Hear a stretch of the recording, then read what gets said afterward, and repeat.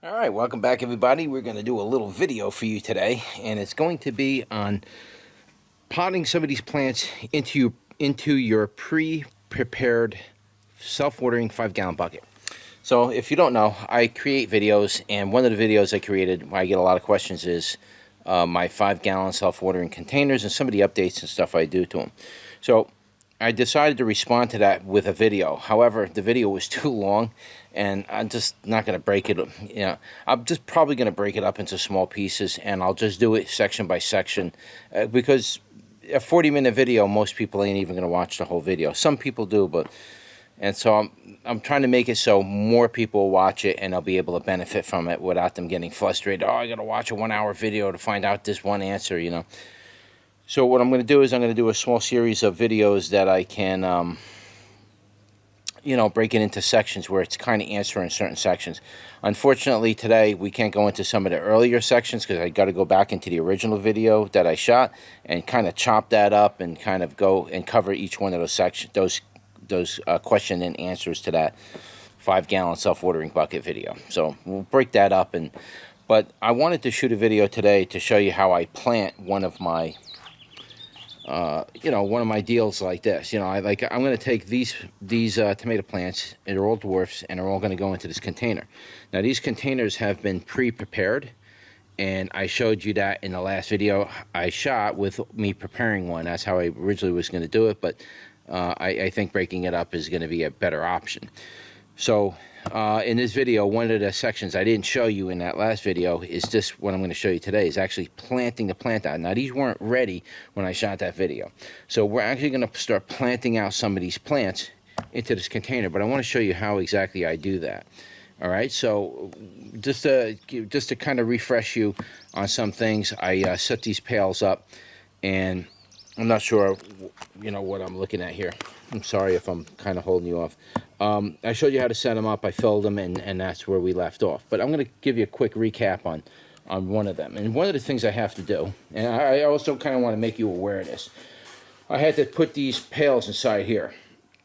And one of the reasons why I had to do that was because I had all my pails out there at the back end of the driveway, and the squirrels and chipmunks were going into the pre-cut holes that are ready to receive my plants.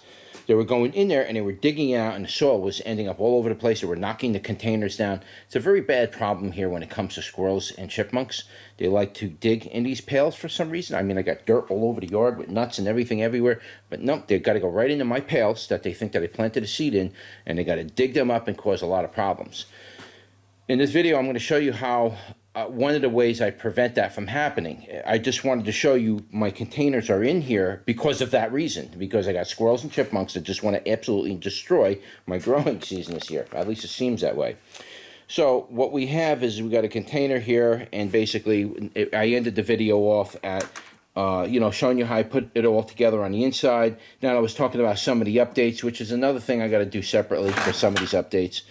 And then I filled it with dirt, and then I think I left it at that. I don't think I actually even showed you me putting the top on.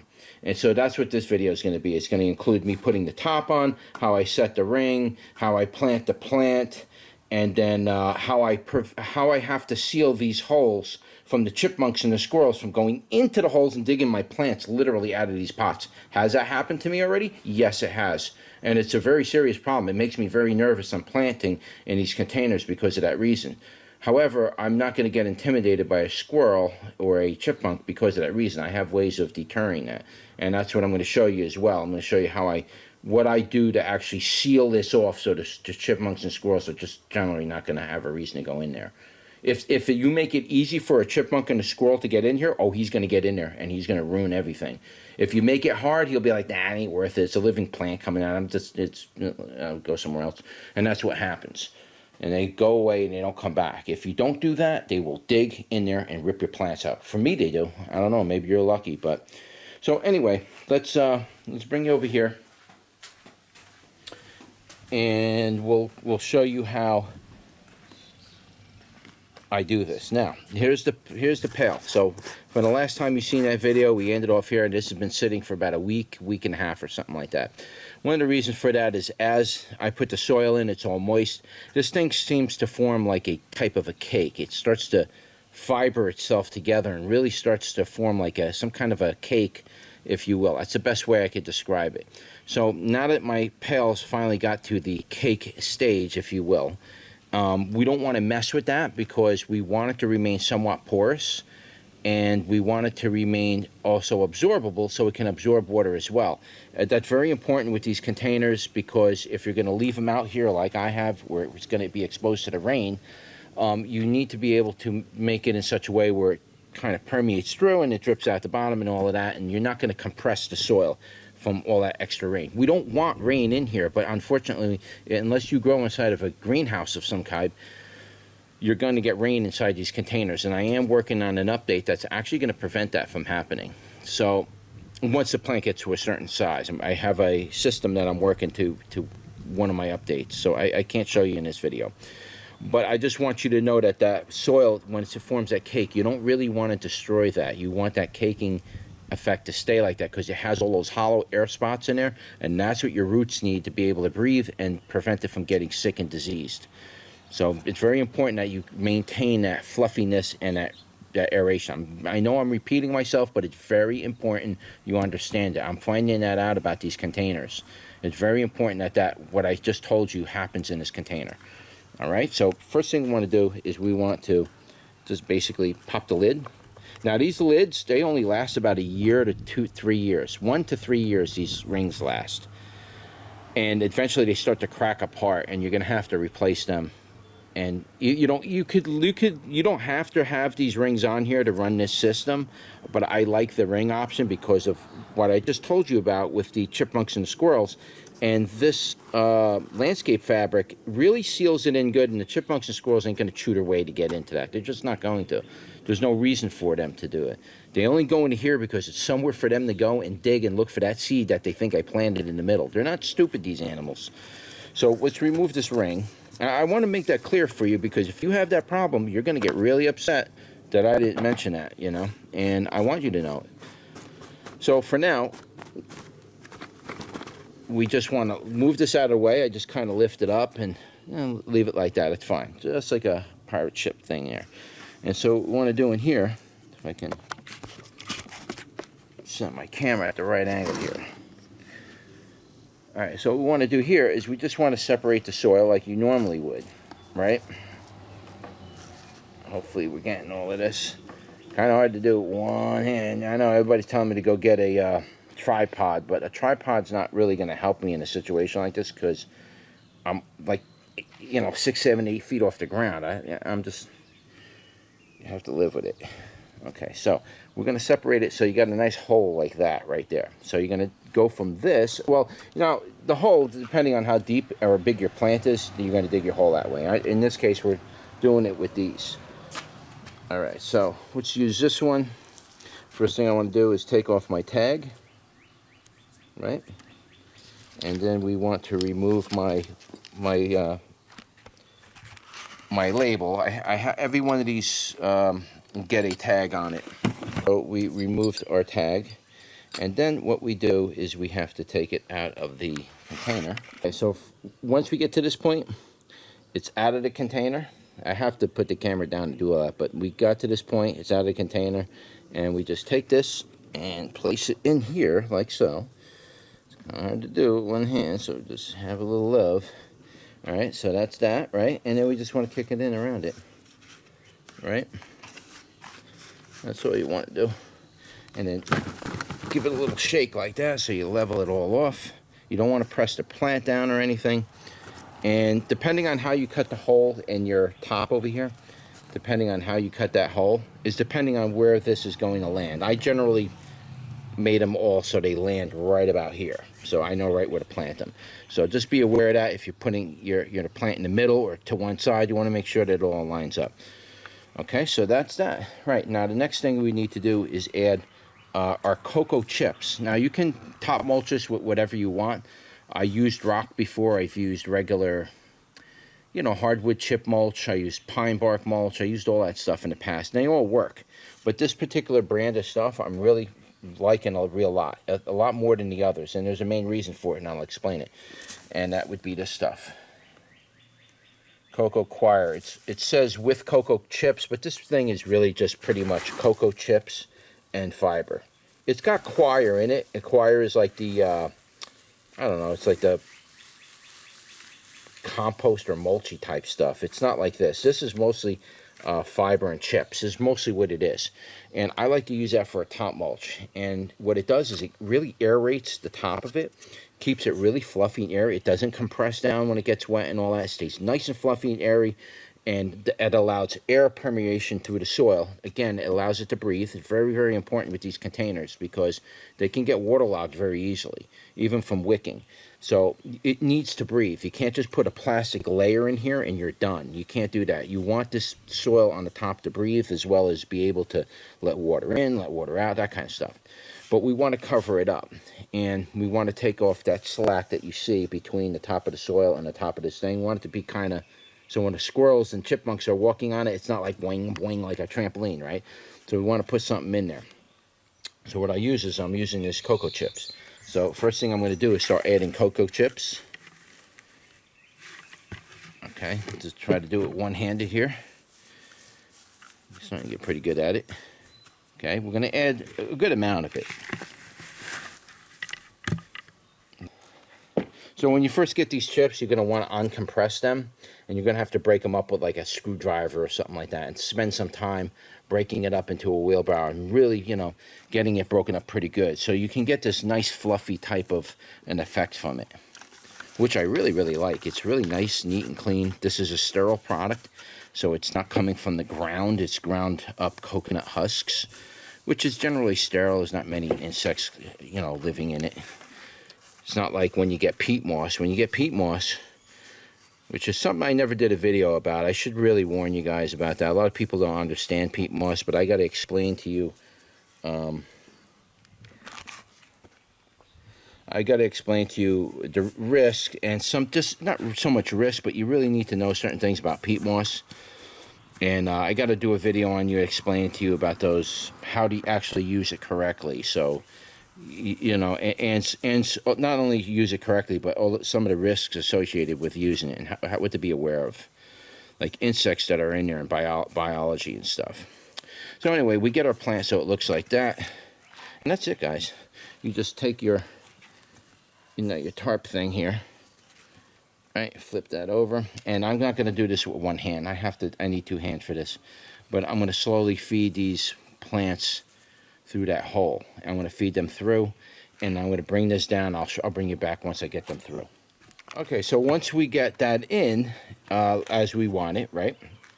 And really the next thing to do is put your lid on, like so, and you just basically start from the back, like this, right? Pull it tight. Right, and then just keep doing that all the way around, and just keep kind of pull it tight, and then pull that lid down.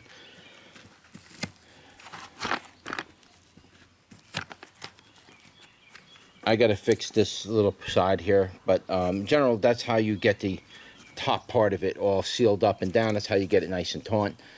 Then next thing we want to do, oh, another thing too, the handle here. I always bring this up. You want to make sure that this handle stays in an upright position like this. That way, if you need to just pick it up and move it, you're not picking it up like this and pressing it against the plants. Leave the handle up. I really, really stress that part a lot. I want to make sure that I'm really, really clear on that. Okay, so the next thing we're going to do is we're going to gravel this up. Oh, and don't forget to add your tags to it. So generally, when I put my tags back on, if you're using tags, I just add my tag like this to the side, and just slide your tag number or your lot number on top. Okay, and so the next thing we do is we add, we want to add, if you've got any leaves stuck underneath, you want to get them out now. Alright, so you want to make sure that you're all clear. Your leaves are out. Okay, that's good enough, doesn't matter. And we just want to start adding rock to this. Okay, we want to add that rock.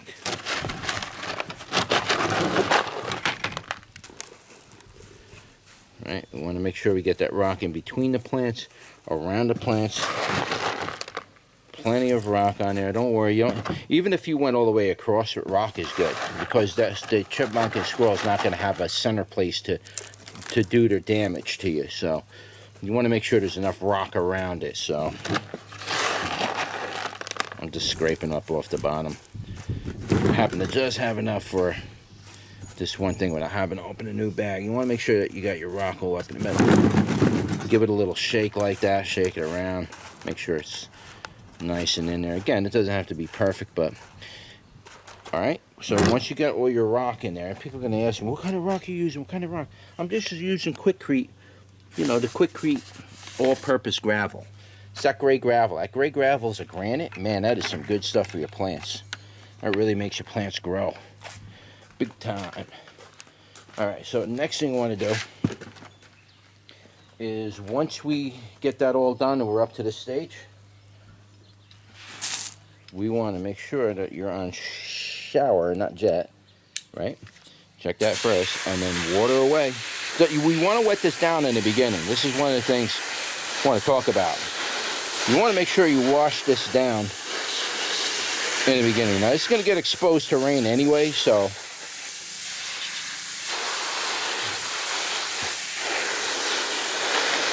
what we're doing is just washing it down. Want to get about maybe a quart of water, liter or a quart or something like that, through the top of it. You want to listen for the water running down into it.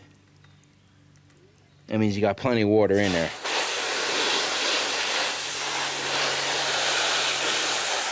Alright, so next thing you want to do is go to, I don't know, you could go to jet or you could go to full, whatever you want. And just take your nozzle, put it over your hole, and let's fill it up.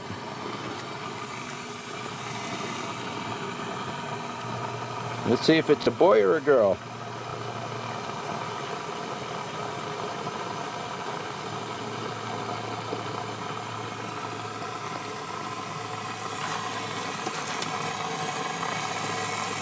And there it goes. It's a boy. And so once we do that, that's basically it, guys. You're done. There's no, you can straighten it out a little bit later. You might have some of your plants are, got washed down a little bit. Spread them out a little bit. I'll work on those once I get it. But you got the basic gist of things. Again, leave your handle up.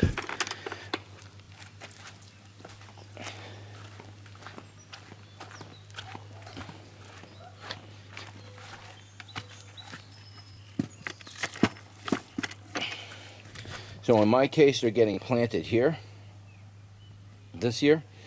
This is where they're going to be. This is going to be their home.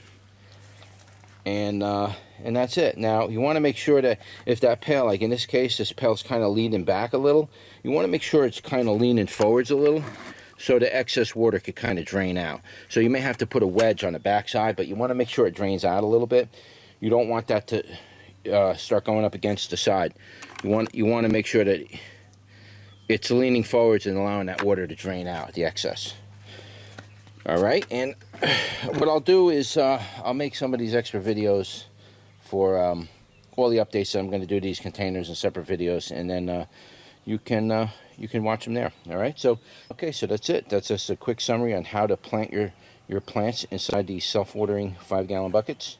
Okay, so it's been about 3 weeks since I shot that video, and as you can see, all these plants are doing fine. I'm going to give you a quick look at what they look like, and you can see the chips and the chipmunks and the squirrels and all those kind of things weren't invading my pots. I'm trying to show you what the very bottom looks like, how healthy the plants look. Very, very good. These plants, like I said, are about 3 weeks now in here, maybe 3.5 weeks. It's been something like that. It hasn't been that long.